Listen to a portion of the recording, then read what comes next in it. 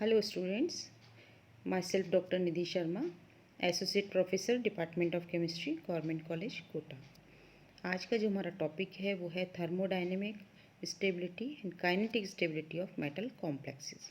ये BSc part 3 के लिए है।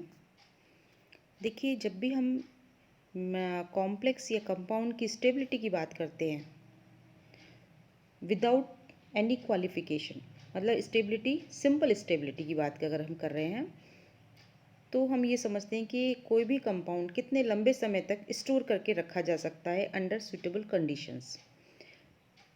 यदि हम उसको लंबे समय तक स्टोर करके रख सकते हैं एज इट इज़, तो हम कहेंगे कि ये कंपाउंड स्टेबल है। लेकिन हमेशा ये नहीं कहा जा सकता कि कॉम्प्लेक्स की स्टेबिलिटी स्टोर करने के आधार पर है। जनरलाइज नहीं कर सकते हम इसको, क्योंकि हो सकता है कोई कंपाउंड या कॉम्प्लेक्स जो है वो किसी रिएजेंट में स्टेबल हो और किसी अन्य रिएजेंट में वो रेडिली डिकम्पोज हो जाए। तो स्टेबिलिटी का आधार कभी भी ये नहीं हो सकता कि ये लंबे समय तक स्टोर करके रखा गया है इसलिए कंपाउंड जो है वो स्टेबल है। कॉम्प्लेक्स कंपाउंड की स्टेबिलिटी को हम दो तरह से समझ सकते हैं। एक तो थर्मोडायनेमिक स्टेबिलिटी और दूसरी होती है काइनेटिक स्टेबिलिटी। तो ये दो तरह की स्टेबिलिटी होती है कॉम्प्लेक्सेस की, किसमें? सॉल्यूशंस में। तो थर्मोडायनेमिक स्टेबिलिटी क्या है कि जब कोई सिस्टम इक्विलिब्रियम प्राप्त कर लेता है तो कॉम्प्लेक्स कितना बन रहा है, या हम कहें कि कॉम्प्लेक्स एक स्थिति से दूसरी स्थिति में ट्रांसफॉर्म हो रहा है, स्थानांतरित हो रहा है।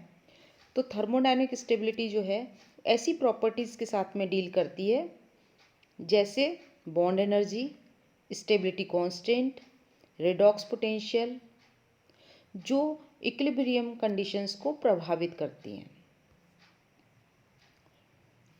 अब थर्मोडायनेमिक स्टेबिलिटी के आधार पर कॉम्प्लेक्स की जो स्टेबिलिटी है उसको हम थर्मोडायनेमिक स्टेबिलिटी को हम दो भागों में विभाजित कर सकते हैं। एक तो है स्टेबल कॉम्प्लेक्सेस, दूसरे हैं अनस्टेबल कॉम्प्लेक्सेस। देखिए, स्टेबल कॉम्प्लेक्सेस कौन से होते हैं? स्टेबल कॉम्प्लेक्स ऐसे कॉम्प्लेक्स जो सॉल्यूशन में डिसोसिएट ना हो अपने कंपोनेंट्स में।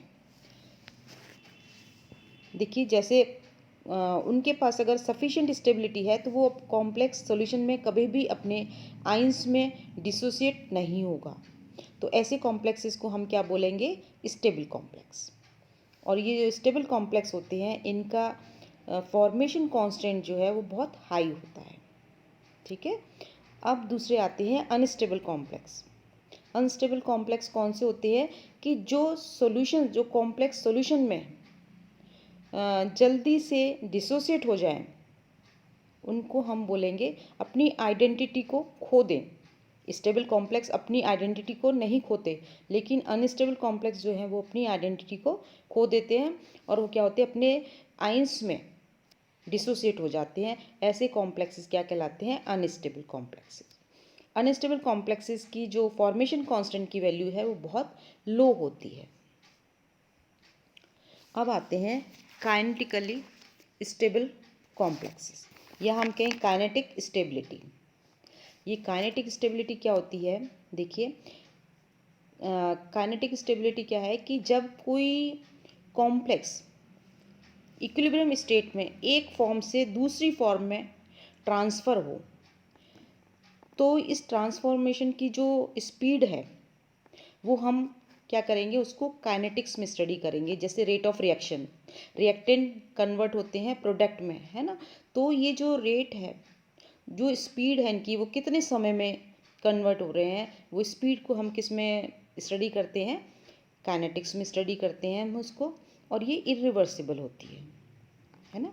तो this type of stability deals with rate of reaction, mechanism of reaction such as reaction, reduction, isomerization, oxidation, electron transfer reactions, group transfer reactions। ये सारी जो प्रॉपर्टीज़ हैं वो किस में आती हैं? काइनेटिक स्टेबिलिटी में हम उसको डील करते हैं। It also deal with the thermodynamic variables involved in the formation of intermediate species और एक्टिवेटेड कॉम्प्लेक्स, एक्टिवेशन एनर्जी। ठीक है। On the basis of rate of reaction, kinetic stability of the complex in solution, top scientist हैं 1950 में, classified complex into two categories. First है labile complexes, second है inert complexes. Labile means अस्थिर और inert means अक्रिय या स्थिर हम कह सकते हैं इसको। तो लेबाइल कॉम्प्लेक्सेस कौन से होते हैं? Labile complexes are those in which one or more ligands in coordination sphere can be rapidly replaced by other ligands. देखिए, कोई भी कॉम्प्लेक्स ये दूसरे लिगेंड के साथ में जब रिएक्ट करता है तो दूसरा लिगेंड जो है कॉम्प्लेक्स के लिगेंड को रिप्लेस कर देता है और उसकी जगह वो स्वयं आ जाता है। तो इसको हम बोलते हैं इनर्ट कॉम्प्लेक्स। और ये जो एबिलिटी है कॉम्प्लेक्स की, the ability of complex to replace its one or more ligands by other ligands is called lability. ठीक है। अब दूसरे आते हैं इनर्ट कॉम्प्लेक्सेस। इनर्ट कॉम्प्लेक्सेस कौन से होते हैं? Inert complexes are those in which substitution occur slowly. देखिए, जो लेबाइल कॉम्प्लेक्स होते हैं उसमें क्या है, जब मेटल कॉम्प्लेक्स अन्य लिगेंड के साथ में रिएक्शन करता है तो जो अन्य लिगेंड हैं वो मेटल कॉम्प्लेक्स के लिगेंड को इजीली रिप्लेस कर देते हैं, है ना। अब इनर्ट कॉम्प्लेक्सेस में क्या होता है कि सब्स्टिट्यूशन जो है वो बहुत स्लोली होता है, और हम कह सकते हैं इसको inert complexes are those in which one or more ligands either can not be replaced or can be replaced with the difficulty of other ligands. देखिए, इनर्ट कॉम्प्लेक्सेस कौन से होते हैं कि जिसमें मेटल कॉम्प्लेक्सेस अगर लिगेंड के साथ में रिएक्ट कर रहे हैं तो लिगेंड जो मेटल कॉम्प्लेक्स है उसके लिगेंड को अन्य लिगेंड जो है वो रिप्लेस नहीं करते, या करते हैं तो बहुत स्लोली रिप्लेस करते हैं, उसको रिप्लेस करने में डिफ़िकल्टी होती है ना। तो ये सब्स्टिट्यूशन जो है वो बहुत स्लो होता है। अब हम लेंगे कि थर्मोडायनेमिक स्टेबिलिटी और काइनेटिक स्टेबिलिटी में क्या कोरिलेशन है। तो there is no correlation between thermodynamic stability and kinetic stability. कोई कोरिलेशन नहीं है। यदि कोई कॉम्प्लेक्स थर्मोडायनेमिकली स्टेबल है तो ज़रूरी नहीं है वो काइनेटिकली इनर्ट हो। वो काइनेटिकली लेबाइल भी हो सकता है और इनर्ट भी हो सकता है ना। तो देखिए, जैसे यहाँ पर हेक्सा एक्वा आयरन थर्ड, तो ये थर्मोडायनेमिकली कैसा है? स्टेबल है, लेकिन काइनेटिकली कैसा है? ये लेबाइल है ना। दूसरा कॉम्प्लेक्स अगर हम देखें तो हेक्सा एक्वा क्रोमियम थर्ड, ये थर्मोडायनेमिकली स्टेबल है लेकिन काइनेटिकली इनर्ट है। इसी तरह से टेट्रासाइनोनिक्लेट 2 आयन, ये थर्मोडायनेमिकली स्टेबल है लेकिन काइनेटिकली कैसा है? ये लेबाइल है। इसी तरह से हेक्साएमीन क्रोमियम 3, ये कैसा है? थर्मोडायनेमिकली अनस्टेबल है, काइनेटिकली इनर्ट है। तो इसमें कोई भी रिलेशन नहीं है। ठीक है। The stability of complex depend on the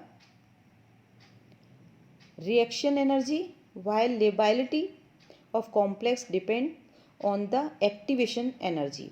यदि एक्टिवेशन एनर्जी अधिक हुई तो रिएक्शन जो है वो कैसी होगी?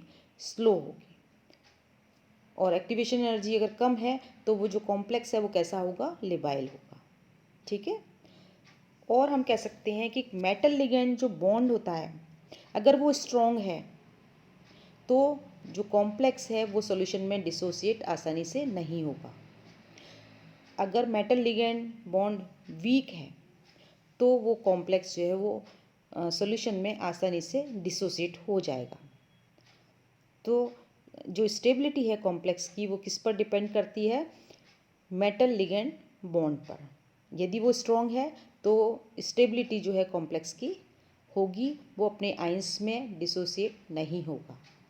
यदि मेटल लिगेंड बॉन्ड वीक है तो कॉम्प्लेक्स जो है अपने आयंस में इजीली डिसोसिएट हो जाएगा। ठीक है स्टूडेंट, समझ में आ गया आपको? चलिए, थैंक यू।